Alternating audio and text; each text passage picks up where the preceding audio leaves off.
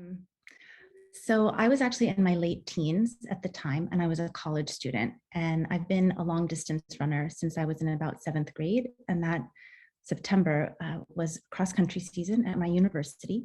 So I was at cross country practice, and I distinctly remember we had specific days where we were in the weight room in the mornings, and so I was in the weight room at my college campus. We were going through our workout. There were several televisions on in the weight room, and then all of a sudden they all flashed to the same set of images of the attacks. And so as someone who at that point identified as Muslim, but who wasn't visibly Muslim, it was really a gut-wrenching moment for me, especially because we didn't know in those initial moments what was happening. And then as the day unfolded, and more details came out about the attacks, something really stirred inside of me. And like I said, at that time, I was someone who could pass for any kind of religion or ethnicity. Like I think that people often mistook me as someone who was of Spanish background or had Mexican heritage. Sometimes I was asked if I was Italian. But that day, I actually made a really important decision, and I decided I wanted to start wearing hijab. And so I went back to my dorm room. I had like a couple hijabs because I hadn't been in the practice of wearing them routinely. And I put on a hijab and I stepped out of my dorm room and I said, in my mind, and I think to the world in that moment, this is a very important part of my identity that I won't let I don't want that to be claimed by someone else. I don't want anyone else to define what that means to me. And I think for many Muslims, both in the United States and across the world, that was a moment of, well, that doesn't represent our faith or our values. And, for me, that moment was also a pivotal moment in the sense that I began doing a lot of the work that would lead to the work that I do now. So I currently focus specifically on the diversity of Muslim experiences in the United States and issues related to Islamophobia and anti-Muslim racism. I've worked as a community educator for over 15 years. And much of that community education work actually began in the days and weeks following the 9/11 attacks. I think by virtue of the fact that I started wearing hijab on that day, there were a lot of really, really significant changes. I went to a small liberal arts school in Central Texas where there wasn't a lot of racial diversity and there definitely wasn't a lot of religious diversity. I was called in by the campus police director and asked how important it was for me that I keep wearing hijab. And I said it was very important. And she was a really supportive individual. I said that the campus police wanted to make sure that I was safe. In a small town in Central Texas, I think there were serious concerns about safety. And it may have been that I was still in my teens, but I just didn't let that deter me. I had family members who were concerned for my safety, and I had other community members on our campus reach out. The dean of students expressed her support, but also, her willingness to be there if I ever needed help or felt insecure or unsafe. And, thankfully, none of those concerns materialized, with the exception of, some verbal harassment, taunts, and things like that. But I had been on that campus long enough, I think, to have really made some important connections. And I think that there were a lot of people who wanted to show solidarity with not only me as one of the, maybe one of 2 or 3 Muslims on the entire campus, but with people who were being scapegoated because of these attacks writ large, whether they were Muslim, whether they identified as Muslim, or whether they were just perceived to be Muslim because they fit some kind of visual archetype or visual stereotype of who Muslims were supposed to look like. So that, there were definitely changes. And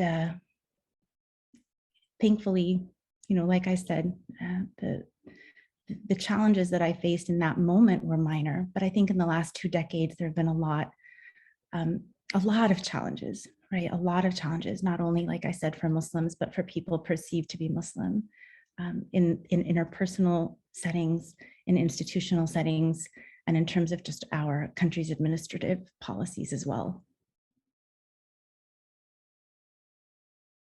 Well, I think, like I said, my campus was a relatively closed community. And so I didn't encounter things on the campus directly, but there was a time when I was close to campus and, a woman very aggressively came up to me and kind of got in my face and told me to go back to my country.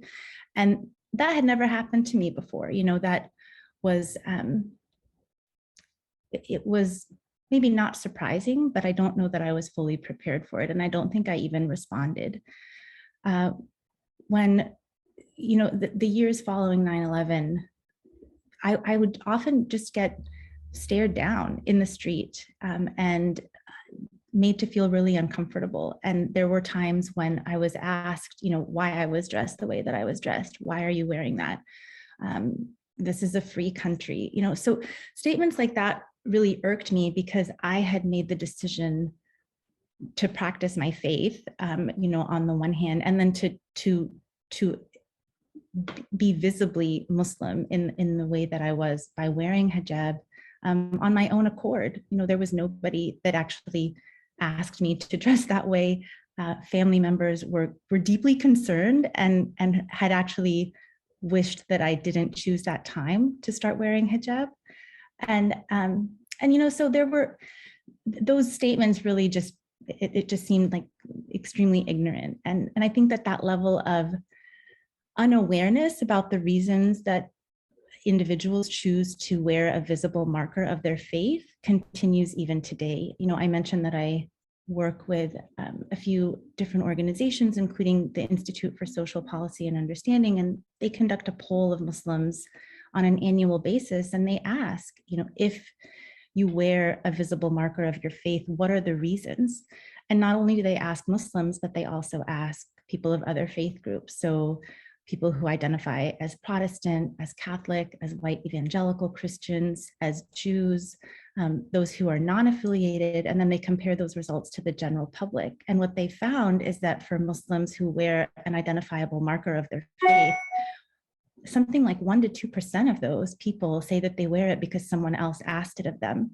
The majority of women who wear hijab say that they wear it either as an act of devotion or because it's an important part of their identity, because they want people to know that they're Muslim.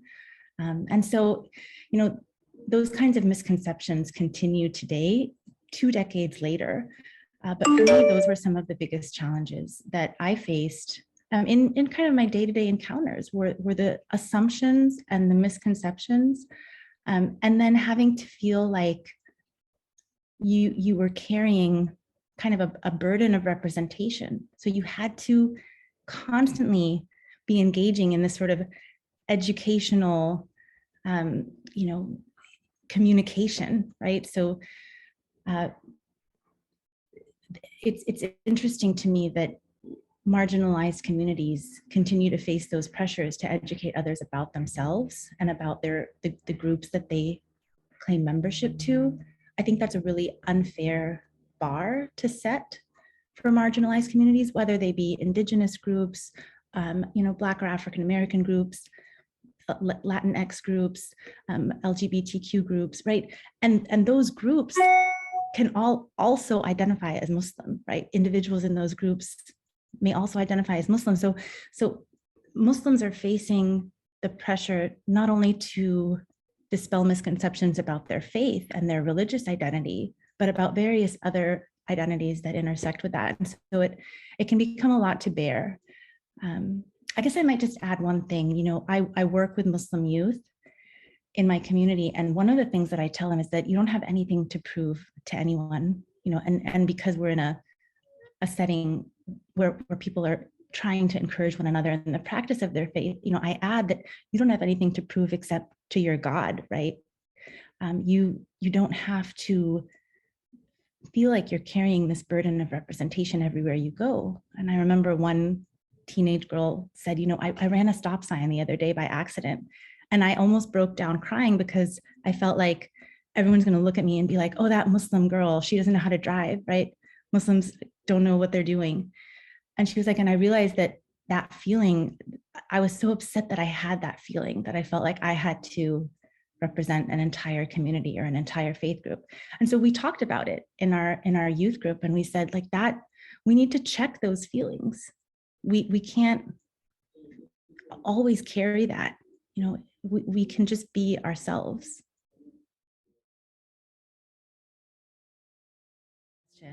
So I'm a parent myself, and I like I said, I work with Muslim youth and have done so for over a decade. And I think that there are a couple of different things that we need to realize. Number one is that identities have to be nurtured. So in the face of all of this stress, in the face of these threats to our identities as Muslims in the United States, and there is no singular Muslim identity in the United States. So when we claim that identity for ourselves, it doesn't mean that we have to fit a specific box. It doesn't mean that we have to check a set of boxes, but rather it means that we have a framework to live our lives as the individuals that we were, who we are. And so that's, I think, important. And then that identity has to be nurtured. There are a lot of challenges to doing just sort of everyday things as a Muslim in the United States. And for me, the kind of counsel that I often give relates to strengthening and cultivating that identity through the practice of Islam, right? And having a support group for that, whether that be through an institution like a mosque or an Islamic center, or whether that be through groups on social media. But that's really important. It's very difficult, I think, to be a part of a group that comprises only 1% of the US population, that is consistently demonized in the media, that faces identity threats on multiple fronts, and to think that you're going to be able to nurture that identity by yourself. So I think it is important that we find support and that we collaborate with other groups, right? Islamophobia and anti-Muslim racism have a lot of cousins. And a lot of times Muslims think, well, if that's the challenge that I'm facing, then I have to go it alone and nobody else is facing a similar challenge. But we live in a country where anti-Black racism, anti-Asian racism, anti-Indigenous racism, anti-Latinx racism, anti-immigrant sentiment, right? Homophobia, all of these different negative phenomenon exist. And so we need to, I think, work in community. And for me, as someone who identifies as Muslim and who chooses to practice Islam, I feel like that's a directive that's in the Quran itself. We're told to collaborate with others toward goodness and to help establish justice. And so for a lot of youth, I think there's potential to do that work in different ways while still really maintaining the integrity of your faith and of your religious identity, and not necessarily feeling like you have to compromise on your ideals and values, but really working for a more just society. So that's the first thing, realizing that identity has to be nurtured and that you need to find community and support as you nurture that identity. And then I think the second thing relates to knowing about your community, knowing about the diversity of the community, not assuming that all Muslims look like you, not assuming that all Muslims come from the same background as you, and knowing that in that diversity, there is a wealth of experience and there's a lot of strength. And so being able to correct people, even though I don't advocate that individuals from marginalized groups have to do that educational work, it is very empowering when you're able to stop someone when they say something bigoted, when they say something racist, and then not only say, hey, that's really out of line, that's really racist, but also to say, and guess what, it's totally not factual as well. So those are two things I think that I would advocate for young people. And there are things that I really try to encourage among the youth that I work with. And just realizing, there will always be challenges, but that the cultivation of faith, whatever that faith is meant to be like a tool, right? In a toolbox that helps us navigate those challenges. I think that, so not really specific to 9/11, but anytime that a nation is threatened, anytime that the community that sees itself as comprising a nation, faces a really intense challenge, I think people tend to band together. And in doing so, a lot of times they have to define someone who doesn't belong in that group, right? They have to define an other. It seems to strengthen the solidarity among people who imagine themselves as members of the nation. And so on the one hand, I think that 9/11 was a time of coming together, and I would include Muslims in that. Muslims were showing support for those affected. There were Muslims who were impacted by 9/11. There were Muslims killed on that day as well. So this was an attack, right? It was a horrific attack. It's not condoned, I think, by anyone in their right mind. And so people did come together. There were some people who, in coming together, needed to define, an enemy. and I think that in a lot of ways, Muslims and anyone who was perceived to be Muslim were really demonized in that moment, unrightfully so. And I think that moment exposed an important set of double standards that continue to plague our society today. What we've seen in studies, again, the Institute for Social Policy and Understanding has a really good set of resources for understanding some of these phenomenon, but one of the studies they did looked at ideologically motivated violence. And they found that Muslim perpetrators who are convicted of plotting a violent attack receive 770% more media coverage than non-Muslim perceived perpetrators. So when someone says, oh, well, I know that not all Muslims are terrorists, but all the terrorists that I see on TV are Muslim, that actually is not based in fact. Law enforcement agencies, including the FBI, have ranked right-wing, extremist groups like white supremacist groups as a greater threat to national security than organizations like Al-Qaeda and other organizations that purport to act in the name of Islam, right? They're just saying that they're acting in the name of Islam, but their claim to represent Islam is just about as solid as someone from the KKK claiming to represent all of Christians, right? So we have to realize when a double standard exists, and we need to understand what the implications of those kinds of double standards are for people in their everyday lives on the ground, for people, like I said, who are perceived to be Muslim or who identify as Muslim in the United States. Those sorts of double standards affect them in so many ways. Muslims are the most likely faith group to say that they've experienced discrimination because of their religious identity, because of their faith. So that's a big problem. Muslim families are the most likely to say that their children have been bullied in public schools. Again, these are stats that I'm quoting from the Institute for Social Policy and Understanding, and it's because I use their work in a lot of the community education that I do. And so these things are always top of mind for me, and they really help motivate why I do some of the work that I do.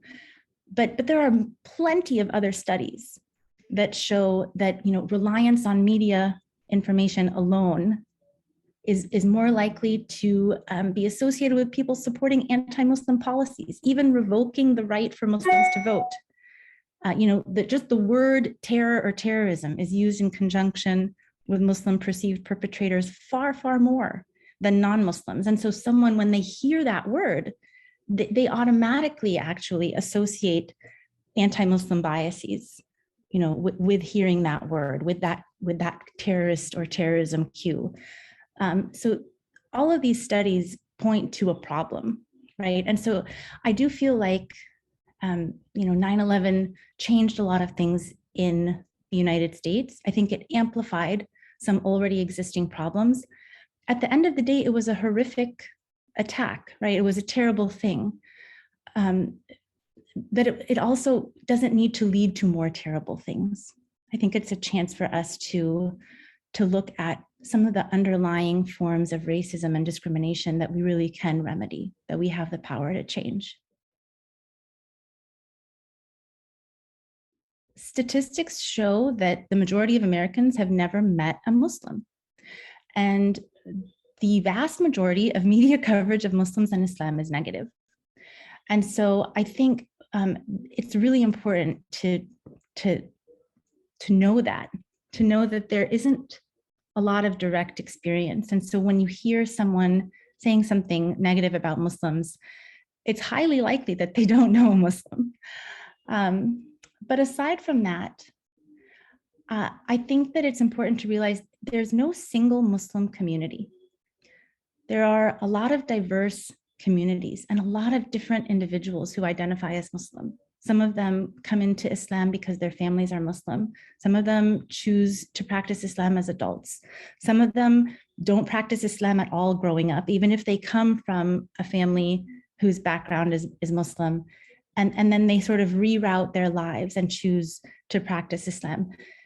There's no single definition, right, of who a Muslim is. And we can't decide who is a religious Muslim or who's not a religious Muslim based on how they look or based on certain actions that we associate with Muslims. So I think that's important. Lastly, it's amazing to me how we're still dealing with that feeling like we have to say like, hey, I like peanut butter too, right? Like I love chocolate and coffee, just to humanize ourselves.